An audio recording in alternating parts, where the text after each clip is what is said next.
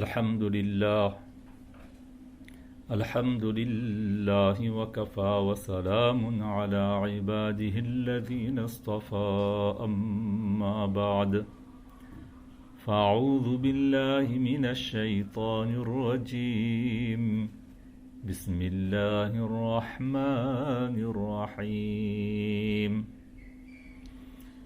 إن عدة الشهور عند الله 12 شهرا في كتاب الله يوم خلق السماوات والأرض منها 4 حرم ذلك الدين القيم فلا تظلموا فيهن أنفسكم صدق الله العظيم.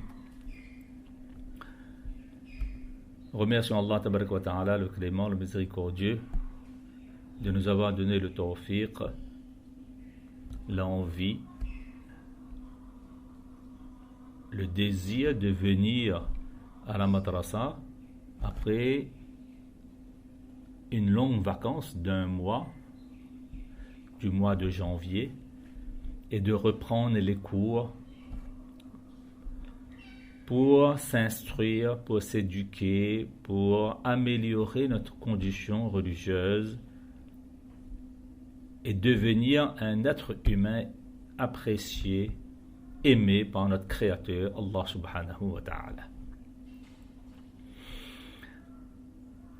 On vient de réciter un verset du Coran dans lequel Allah tabaraka wa ta'ala nous parle des 12 mois de l'année, que c'est lui qui l'a institué avant même la création des cieux et de la terre, et que parmi ces 12 mois, il y a 4 mois qui sont sacrés.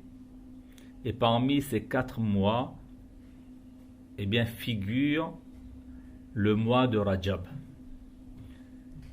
Et comme depuis quelques jours, nous sommes entrés dans le mois de Rajab, et après le mois de Rajab, c'est le mois de Sha'ban, et après le mois de Sha'ban, c'est le mois béni de Ramadan. Donc nous sommes à 2 mois d'un grand rendez-vous. Mais comme nous sommes dans le mois de Rajab, eh bien nous avons voulu aujourd'hui dans notre intervention aborder les erreurs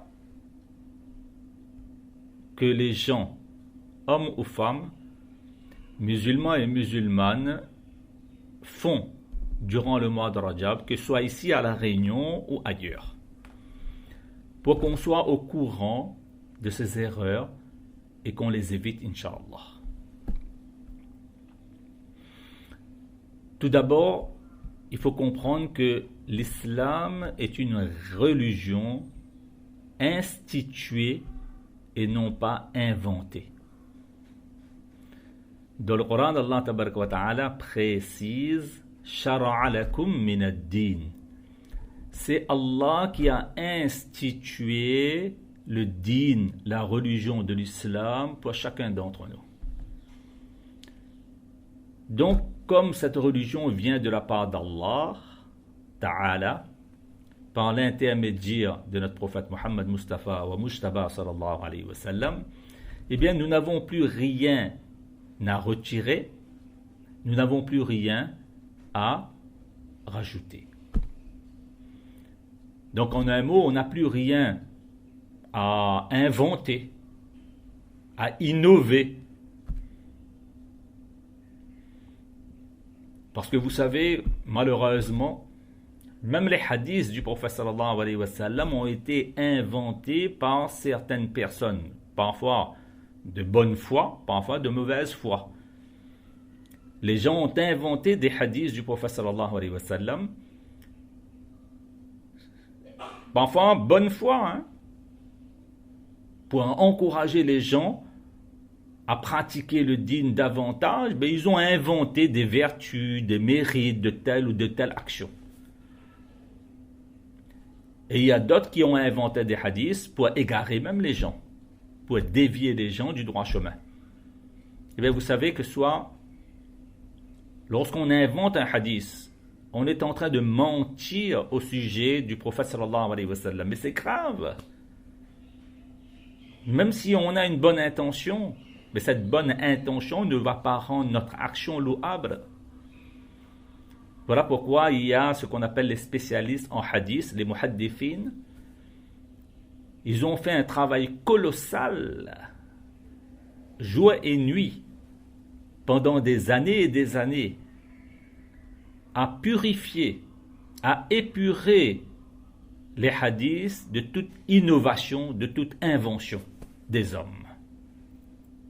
Voilà pourquoi on a aujourd'hui entre les mains des hadiths, des livres de hadiths qui sont sahih, on appelle ça, authentiques, dans lequel il n'y a pas aucun doute que ce hadith-là provient bien des paroles que le prophète sallallahu alayhi wa sallam a prononcées.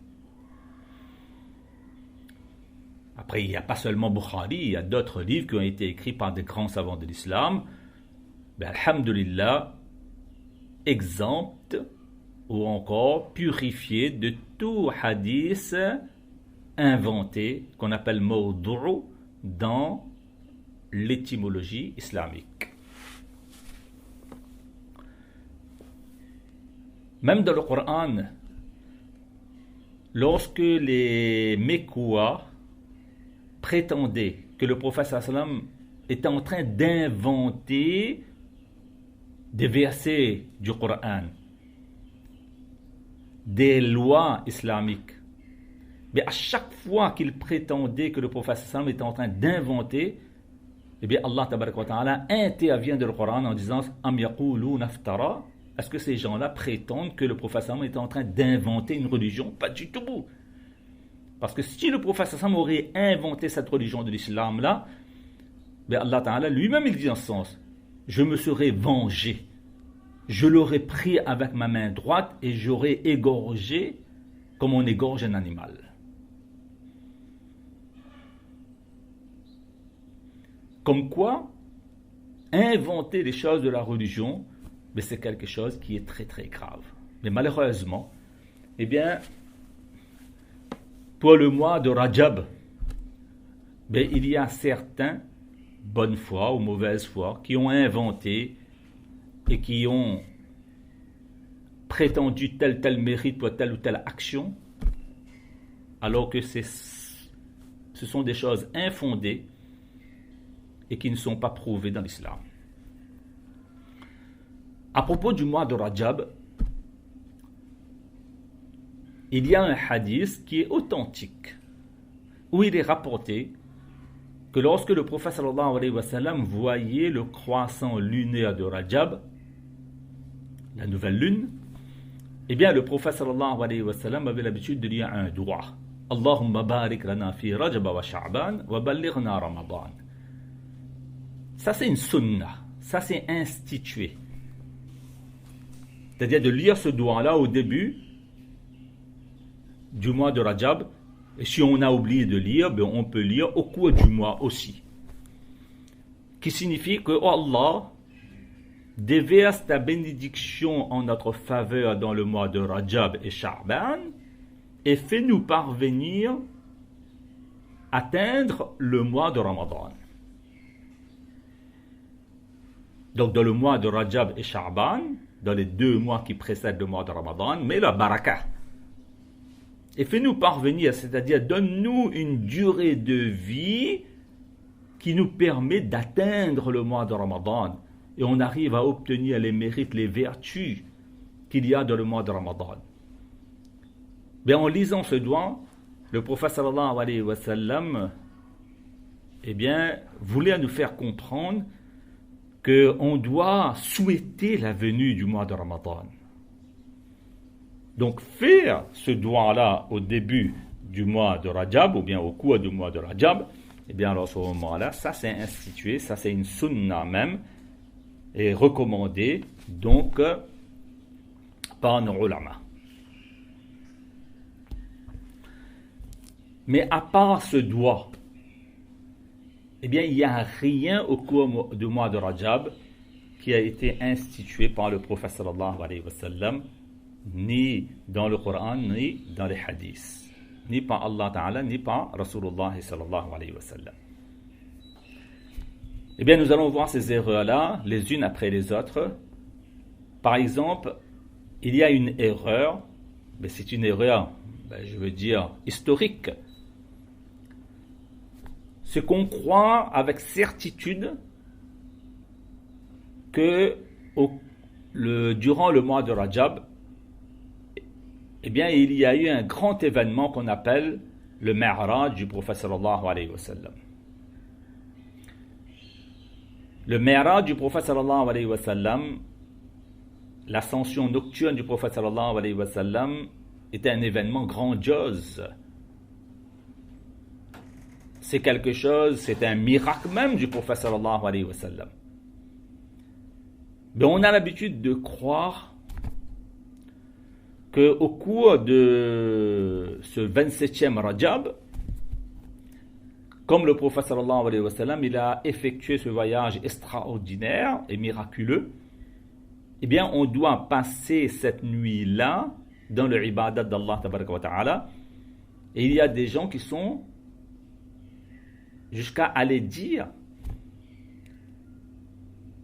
que passer la nuit du 27e Rajab nous rapporte les mêmes mérites et les mêmes vertus que la nuit de Qadr. Le Shab Qadr, comme on dit, Laylatul Qadr, mentionné dans le Coran.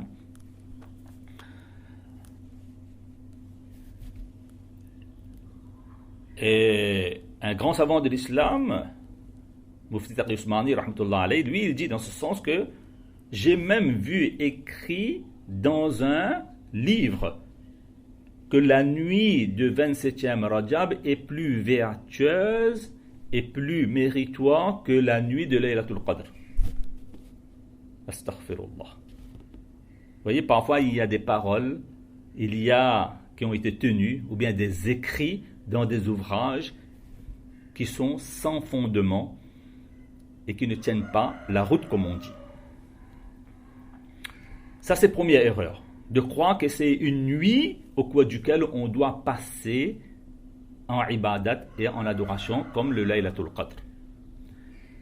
Deuxième erreur, c'est qu'il y a certaines personnes qui croient qu'au cours de cette nuit, eh bien, il y a des salats particulières à accomplir, que dans tant de rakat on doit faire, et dans chaque rakat on doit lire telle et telle sourate, et Allah seul sait quelles sont les formes de salat, quelle sourate précise on doit lire, alors que tout cela est sans fondement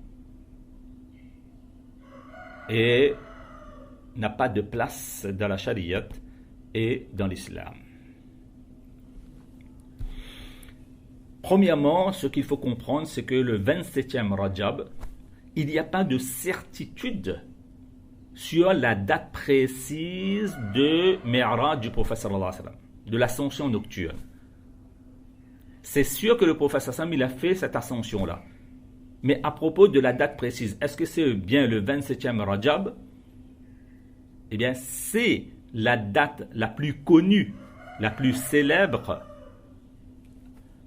mais pas forcément la plus pertinente.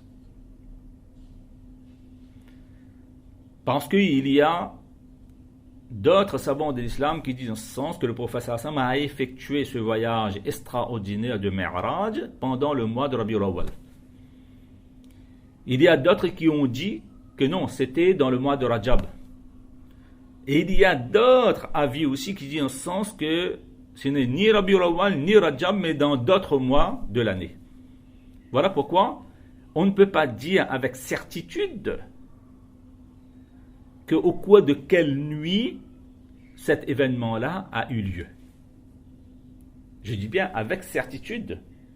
Personne n'a une preuve irréfutable pour dire que ça a été effectué. Mais par contre, la majorité des historiens, c'est l'avis le plus connu que ce voyage-là a été effectué le 27e Rajab. Mais pourquoi la date exacte de l'ascension nocturne du prophète sallallahu alayhi wa sallam et du Mi'raj n'a pas été sauvegardée? Ça, c'est une question. Eh bien, si la date et ni le jour n'a été sauvegardé, eh bien, c'est uniquement pour nous faire comprendre que voilà, il n'y a pas de choses particulières à faire. Il n'y a pas d'acte d'adoration particulier. Il n'y a pas aussi, donc, à passer la nuit. Parce que si cet événement-là était aussi important, l'événement lui-même est important. Mais si cet événement-là aurait rendu cette nuit-là, eh bien, en grande nuit, on aurait retenu la date.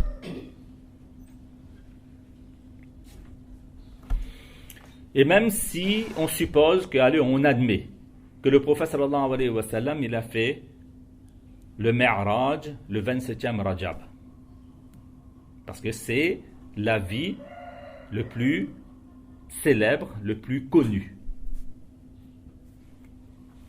Et au cours de cette nuit, bien sûr, le prophète sallallahu alayhi wa sallam, il a fait le Mi'raj. Et le Mi'raj est composé de deux voyages. Il y a le Isra et le Mi'raj. Le Isra, ce voyage nocturne du prophète sallallahu alayhi wa sallam est composé de deux parties. En islam, on appelle ça Isra et Mi'raj. Pourquoi Isra? Isra, parce que dans le Coran, Allah Ta'ala nous parle de la première partie de ce voyage-là. Subhanalladhi asra bi'abdihi.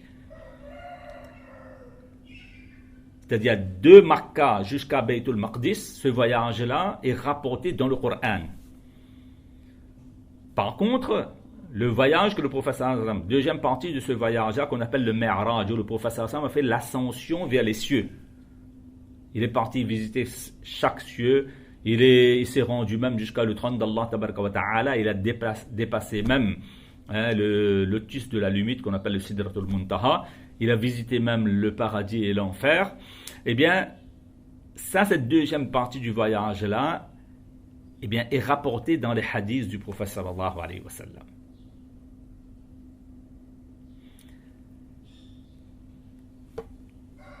Et au cours de ce voyage, eh bien, nous savons que le prophète sallallahu alayhi wa sallam nous a ramené un cadeau que malheureusement, aujourd'hui, les musulmans considèrent comme un fardeau, c'est-à-dire la salat, les 5 salats par jour. Eh bien, c'est sûr et certain que quand le prophète a effectué, supposons qu'il l'a effectué le 27e Rajab, au cours de la nuit du 27e Rajab, mais cette nuit au cours de laquelle le prophète a effectué ce voyage extraordinaire est vraiment grandiose, mais cette nuit ne se renouvelle pas tous les ans. Cette nuit ne revient pas tous les ans. Ça a été fait et c'est terminé maintenant.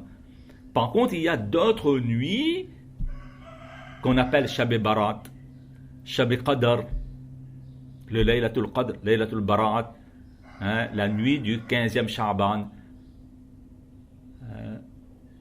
le Laylatul Qadr. Ça, ce sont des grandes nuits qui reviennent tous les ans. Par exemple, le jour de la naissance du prophète sallam, c'est un jour sacré, un jour béni. Mais ce n'est pas tous les ans que le prophète sallam naît. Il est né et puis c'est terminé. Donc il faut faire une différence entre les nuits qui reviennent tous les ans. Ça, ce sont des grandes nuits. Mais si au cours d'une nuit, il y a eu un événement, mais cette nuit-là ne revient plus.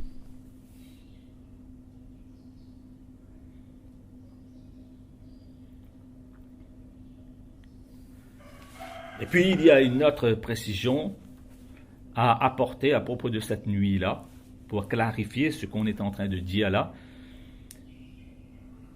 C'est que un des avis qu'on retient à propos de l'année où le prophète sallam a fait le Mi'raj. Mais il est dit, c'est en l'an 5 de la prophétie. Il y a d'autres qui disent 11, 12. Bon, on va s'en tenir à un des avis. 5e année de la prophétie, le prophète sallam a fait ce voyage qu'on appelle Mi'raj. Mais après le Mi'raj, le prophète sallallahu alayhi wa sallam est resté vivant pendant 18 années. Et au cours de ces 18 années du prophète sallallahu alayhi wa sallam, dans aucun hadith il est dit, dans aucune de ses paroles, dans aucune de ses pratiques, on voit que le prophète sallallahu alayhi wa sallam a ordonné de faire quelque chose de particulier au cours de cette nuit-là, de célébrer cette nuit-là. Et que voilà, si on reste éveillé au cours de cette nuit-là, ben, le nombre de nos sawab, de nos mérites, de nos vertus va augmenter. Et que le lendemain matin, ben, il faut faire le jeûne ou bien encore le rosa. Non. On ne trouve pas ce genre de recommandation du prophète sallallahu alayhi wa sallam, ni des sahaba radiyallahu majma'in. Les élèves directs et les disciples directs de notre bien-aimé prophète Mohammed Mustafa sallallahu alayhi wa sallam. Voilà pourquoi, à partir d'aujourd'hui, si on dit que la nuit du 27e Rajab est une grande nuit, ou bien au cours de la journée il faut jeûner, et que ces ibadats-là, eh bien, sont vertueux, ou bien encore sont méritoires, ou bien encore, même parfois il y a d'autres qui disent au sens que c'est sunnah. Mais ça, c'est une innovation, ce qu'on appelle la bid'a, et qui est un péché très grave en islam.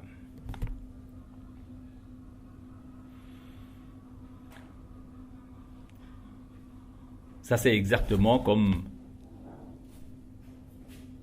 On donne cet exemple-là, qu'il y a un patient qui est venu voir un docteur pour que le docteur lui prescrit une ordonnance, donne des médicaments et qu'il se guérisse donc de sa maladie. Mais le patient, en arrivant, il a dit « Docteur, moi je sais plus que toi. Moi je connais plus que toi. Moi je sais plus que toi. » Eh bien, l'innovateur dans l'islam, c'est exactement la même chose.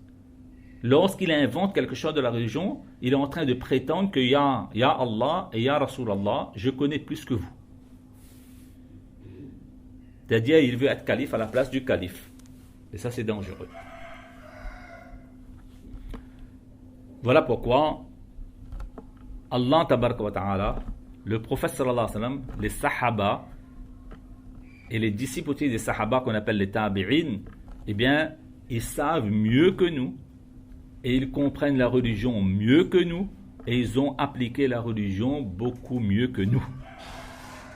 Voilà, si au cours de cette nuit, il y avait vraiment une adoration particulière et le lendemain un jeûne particulier, ben, ils auraient été les premiers à le faire.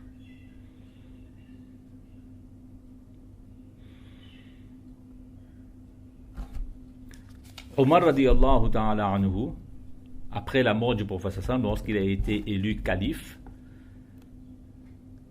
eh bien, à un moment donné, eh bien, il s'est rendu compte que les gens ont commencé à jeûner le 27e Rajab. Et il considérait cela comme un ibadat. Mais Omar radiyallahu ta'ala anhu est parti voir ces gens-là. Il est sorti de chez lui et il a forcé ces gens-là, il a contraint ces gens-là de manger devant lui pour prouver qu'ils n'ont pas gardé le jeûne.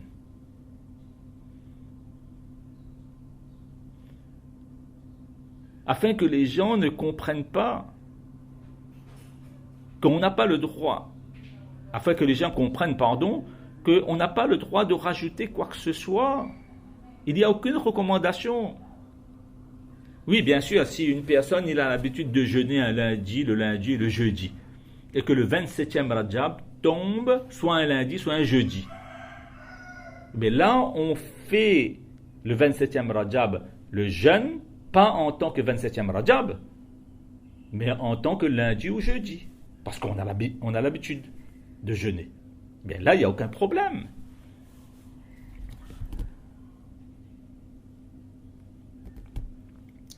Voilà pourquoi, au cours de cette nuit de 27e Rajab, eh bien, il n'y a pas de célébration particulière.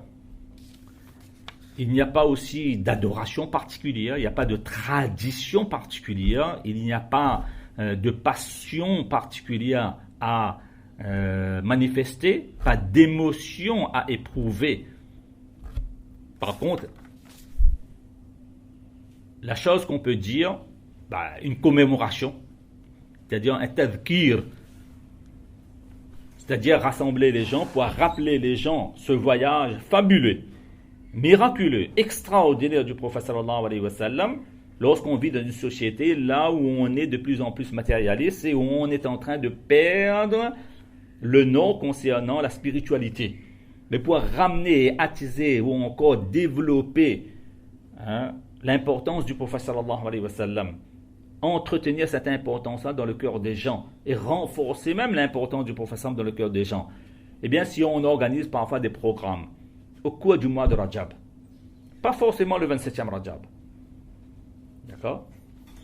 De temps à autre, on fait le 27e Rajab, parfois on fait le 26, parfois le 25, tout au cours. Comme on a l'habitude, tout au cours de l'année, de parler du prophète sallallahu alayhi wa sallam, et même il nous arrive aussi de parler de Mi'raj, tout au cours de la nuit, tout au cours de l'année, mais on le fait naturellement parce que ça nous rappelle un grand événement de la vie du prophète sallallahu alayhi wa sallam. C'est tout à fait normal, lorsqu'arrive le mois de Rajab, on en parle.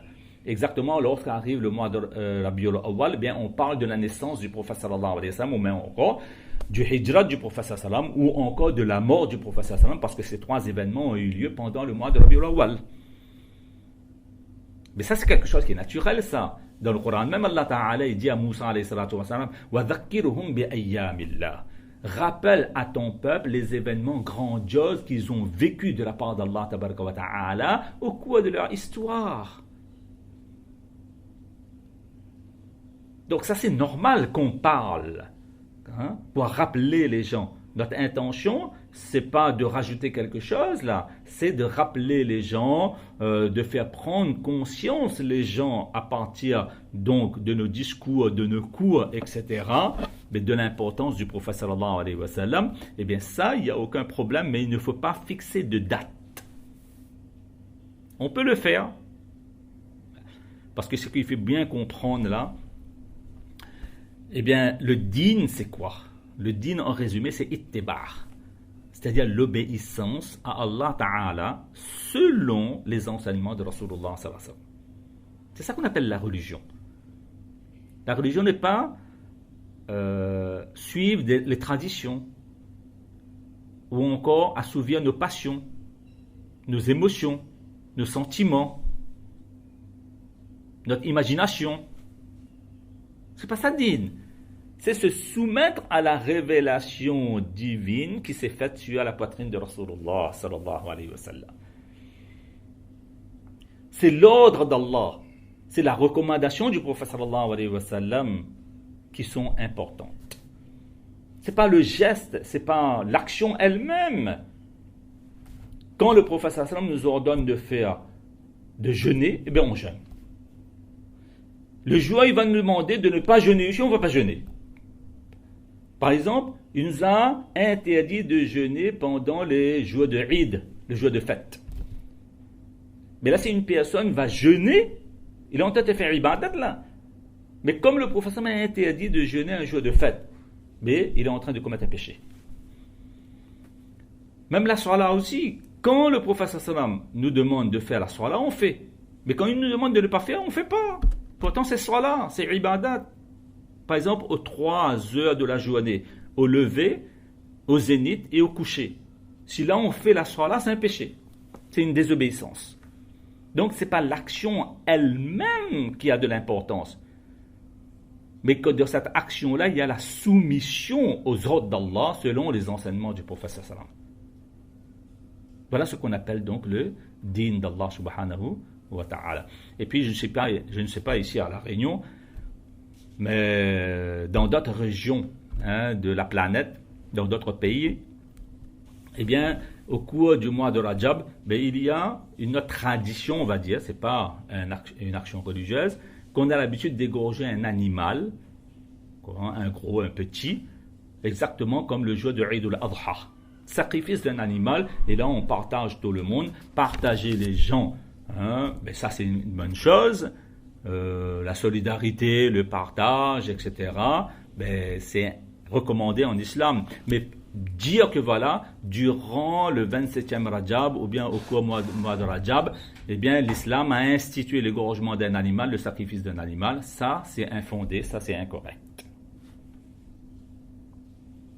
Voilà pourquoi il est important que on s'en tient à la vérité et à la réalité des choses.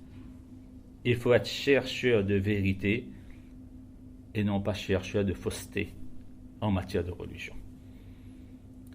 Et c'est pour cette raison, aujourd'hui, on a voulu intervenir dans ce sens-là, que il faut bien sûr expliquer la Ummah de façon progressive, avec douceur, avec sagesse, parce que dans la Ummah, personne ne fait ce genre d'erreur qu'on vient de mentionner, on vient de citer, eh bien, par méchanceté, par entêtement. Non, les gens en font parce qu'ils ignorent. Parce qu'ils ont entendu parler, ben, ils ont cru. Parce qu'ils ont vu quelque part, ben, ils croient. Mais attention à tout ce qu'on voit et à tout ce qu'on entend. Il faut que ce soit fondé. Il faut que ce soit institué.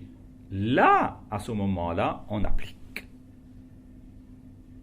Donc, poursuivre nos recherches. Donc, en un mot, le mois de Rajab, qui se trouve 2 mois avant le mois de Ramadan, Rajab est un mois, on va dire, préambule, préface du mois de Ramadan, comme lorsqu'on ouvre un livre, il y a le préface après l'introduction et la conclusion. Eh bien, Rajab et Sha'ban sont les préfaces du mois de Ramadan. Ramadan, c'est l'introduction, et la fête du jour de Eid, eh bien, c'est la conclusion de ce livre, de notre histoire. Ben, si le prophète sallallahu nous a enseigné de faire ce doigt-là au début du mois de Rajab, Allahumma barik lana fi Rajab wa Sha'ban wa ballighna Ramadan. Ou Allah Ta'ala met la prospérité et la baraka et la bénédiction dans le mois de Rajab et le mois de Sha'ban et fait-nous parvenir jusqu'au mois de Ramadan. Eh bien, ce doigt-là a pour but qu'on commence à faire les préparatifs pour se libérer de nos occupations mondaines autant que possible lorsqu'arrive le mois de Ramadan. 2 mois d'avance, le prophète sallallahu nous demande de faire doigt. Faire des préparatifs. On commence à faire notre emploi du temps. Pas un emploi du temps que là on va faire cuire samoussa. Dans le mois de Ramadan, quand est-ce que je vais pouvoir donc mettre du temps dans telle action? Par exemple, dans l'étude du Coran. Ou bien encore pour mes ibadat, pour mes wazifa, etc. Demander, tirer un temps pour pouvoir me rapprocher d'Allah subhanahu wa ta'ala. Et surtout pas, parce qu'aujourd'hui, bien sûr, on a besoin de manger pour le iftar et le sehri. Si on prépare la nourriture au cours de ces 2 mois-là, pour qu'on se libère de toutes les tâches ménagères et cuisinières, pendant le mois de Ramadan, c'est une bonne préparation. Pour avoir du temps pour adorer Allah subhanahu wa ta'ala.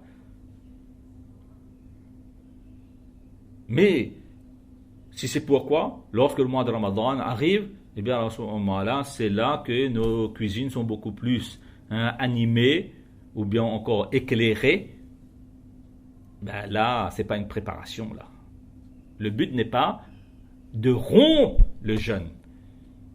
Le but est, dans le mois de Ramadan, c'est comprendre la souffrance de la faim et de la soif pour créer en nous un sentiment de solidarité, d'altruisme et de générosité envers les gens qui n'ont pas de quoi à manger et de quoi à boire.